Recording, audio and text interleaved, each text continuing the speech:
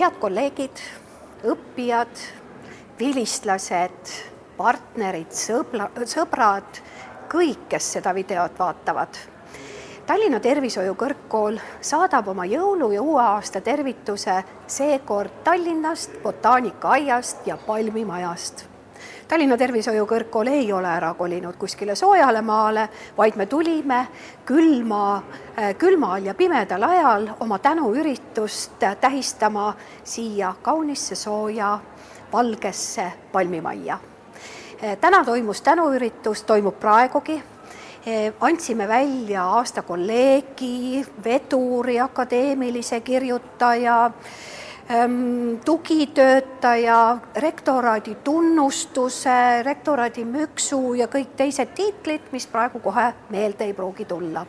Meil on olnud väga suurepärane õhtu, käisime ringi, nägime botaanikaaeda ja nüüd võtame aastad kokku.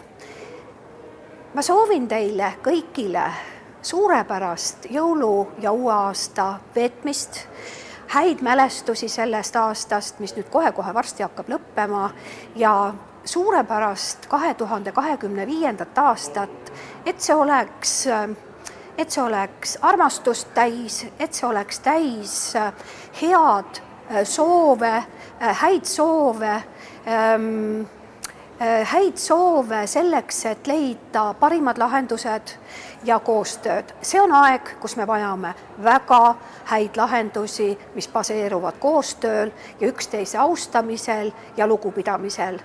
Aitäh 2024. aasta eest ja kohtumiseni juba 2025. aastal.